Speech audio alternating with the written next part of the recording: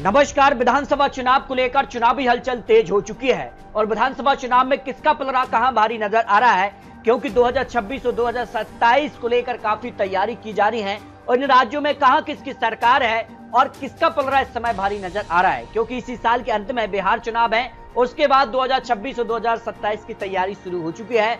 तो कितना कुछ महत्वपूर्ण माना जा रहा है बिहार विधानसभा चुनाव, इसको लेकर 243 सीटों पर बात करेंगे। लेकिन बात करें 2026 में, तो 2026 में देखिए मार्च अप्रैल में यहाँ पर असम में विधानसभा चुनाव होंगे। यहाँ पर अगर बात की जाए तो भारतीय जनता पार्टी सरकार में है और गठबंधन की बात की जाए तो पूर्ण बहुमत सरकार भारतीय जनता पार्टी की यहाँ नहीं है और असम गण परिषद और यूनाइटेड पीपल्स पार्टी यहाँ पर मिलकर सरकार में है। हेमंत बिश्व शर्मा भारतीय जनता पार्टी यहाँ पर सीएम है, जबकि मार्च अप्रैल में ही वेस्ट बंगाल काफी महत्वपूर्ण माना जा रहा है। तृणमूल कांग्रेस यहाँ सरकार में है, ममता बनर्जी यहाँ लगातार समय से सरकार में है और यहाँ का क्या गणित माना जा रहा है। तो बात कर लेते असम की, तो असम में अगर बात किया तो भारतीय जनता पार्टी को पूर्ण बहुमत नहीं मिला था। यहाँ 64 सीटों पर पूर्ण बहुमत सरकार बनती है, लेकिन भारतीय जनता पार्टी को यहाँ पर 60 सीटें और कांग्रेस को 29 सीटों पर जीत मिली थी। जबकि यहाँ पर बात की जाए तो एआईडीएफके के पक्ष में 16 सीट है और असम गण परिषद जो भारतीय जनता पार्टी गठबंधन में उसको 9 सीटें और यूपीपीपीएल जो पार्टी है वो भी भारतीय जनता पार्टी ने एनडीए में गठबंधन में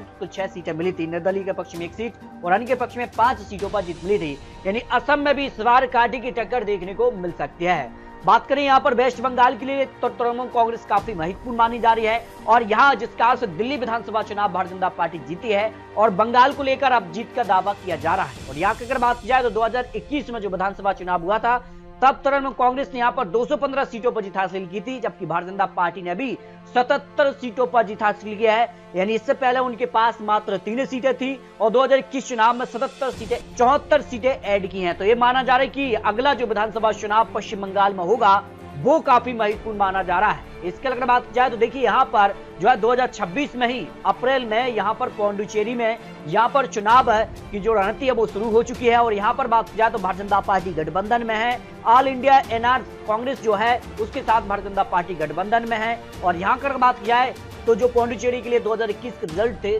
30 विधानसभा सीटें यहाँ से आती हैं, 16 सीटों पर पूर्ण बहुमत सरकार बनती है। और यहाँ पर अगर बात की जाए तो एआईएनआरसी ने यहाँ 10 सीटों पर, आईएनडी ने यहाँ पर 6 सीटें, भारतीय जनता पार्टी को 6 सीटें और अन्य के पक्ष में 8 सीटें रही थी। तो भारतीय जनता पार्टी यहाँ गठबंधन में सरकार में है पौंडुचेरी को लेकर। जबकि अप्रैल माह में ही यहाँ पर जो है तमिलनाडु में भी विधानसभा चुनाव होंगी। यहाँ पर सेक्युलर प्रोग्रेस अलायंस की सरकार है और एम.के. स्टालिन यहाँ पर जो है सरकार में है।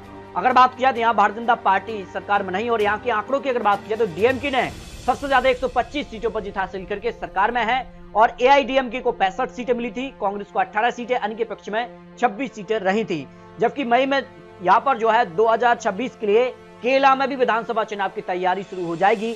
लेफ्ट डेमोक्रेट फ्रंट की यहाँ सरकार है, पिनराई विजयन यहाँ के मुख्यमंत्री हैं और ऐसे में माना जा रहा है कि क्या इन राज्यों में भारतीय जनता पार्टी उलटफेर कर पाएगी, क्योंकि अगर बात की जाए तो असम को छोड़कर बाकी राज्यों में भारतीय जनता पार्टी सरकार में नहीं है। पौंडुचेरी में मात्र यहाँ पर जो है गठबंधन में है। तो ऐसे में वेस्ट बंगाल और अगर बात की जाए तो यहाँ पर तमिलनाडु और केरला में क्या कुछ बड़ा उलटफेर देखने को मिलेगा।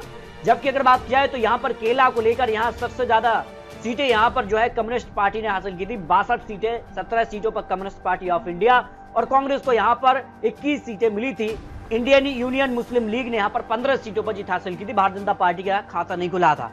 जबकि बात की जाए 2027 को लेकर तो 2027 में भी कई राज्यों में विधानसभा चुनाव होने हैं और जिसकी तैयारी अभी से शुरू हो चुकी है।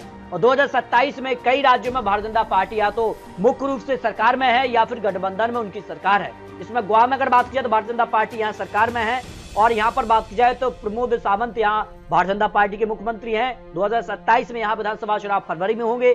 फरवरी में ही उत्तराखंड में चुनाव होंगे और यहाँ भारतीय जनता पार्टी पूर्ण बहुमत से सरकार में है। पुष्कर सिंह धामी यहाँ के मुख्यमंत्री हैं, तो यहाँ की तैयारी शुरू हो चुकी है। फरवरी में ही यानी 2027 में पंजाब में चुनाव होंगे जहां आम आदमी पार्टी पूर्ण बहुमत सरकार है, लेकिन यहाँ पर भगवत मान जो है मुख्यमंत्री है, लेकिन आम आदमी पार्टी दिल्ली चुनाव हारी है। और उसके बाद अब कांग्रेस आम आदमी पार्टी को दिल्ली में भी घेरा है और दिल्ली में कांग्रेस के चुनावी मैदान में उतरने से आम आदमी पार्टी को नुकसान हुआ है और पंजाब में भी कांग्रेस यहाँ पर चुनावी मैदान में होगी। क्या भारतीय जनता पार्टी पंजाब में अपनी सरकार बना पाएगी, इसकी रणनीति भी शुरू हो चुकी है। जबकि मणिपुर में भी भारतीय जनता पार्टी की सरकार थी, लेकिन अब यहाँ पर जो है राष्ट्रपति रूल्स लग चुके हैं, राष्ट्रपति शासन है। और अगर बात की जाए यहाँ पर फरवरी मार्च 2027 में उत्तर प्रदेश में चुनाव होंगे। ये सबसे बड़ा चुनाव माना जाएगा देश के लिए और ये सबसे बड़ा राज्य भी है, क्योंकि सबसे ज्यादा 403 विधानसभा सीटें हैं और योगी आदित्यनाथ यहाँ के मुख्यमंत्री हैं और भारतीय जनता पार्टी पूर्ण बहुमत अपने दम पर है, लेकिन निषाद पार्टी और अपना दल से उनका गठबंधन है। जबकि नवंबर 2027 में हिमाचल प्रदेश में भी विधानसभा चुनाव होंगे या कांग्रेस पूर्ण बहुमत सरकार में है। और यहाँ पर अगर बात की जाए तो जिस कार की रणनीति है और इस बार क्या भारतीय जनता पार्टी हिमाचल में फिर सरकार में वापसी कर पाएगी। और यहाँ पर बात की जाए तो यहाँ पर जो है दिसंबर 2027 में गुजरात में भी चुनाव होंगे। यहाँ भारतीय जनता पार्टी पूर्ण बहुमत सरकार है, भूपेंद्र भाई पटेल यहाँ के मुख्यमंत्री हैं। तो 2027 में कई राज्यों में भारतीय जनता पार्टी की सरकार है। क्या भारतीय जनता पार्टी अपनी सरकार में जो है फिर सरकार बनाएगी या जो है 2026 की जो रणनीति है वो काफी महत्वपूर्ण है। और इसमें अगर बात की जाए तो वेस्ट बंगाल और यहाँ पर असम जो है काफी महत्वपूर्ण राज्य माने जा रहे हैं। तो इन सभी राज्यों को लेकर बहुत जल्द आपको यहाँ पर ओपिनियन पोल के और चुनावी विश्लेषण के आंकड़े दिखाएंगे कि आखिर जो है जमीनी स्तर पर जो आंकलन है उस आधार पर इस समय किसका पलड़ा यहाँ पर भारी नजर आ रहा है। तो आपको क्या लगता है इन राज्यों को लेकर आप राय रख सकते हैं। मिलते हैं और लेटेस्ट और महत्वपूर्ण विश्लेषण के साथ, तब तक ले जय हिंद, जय भारत।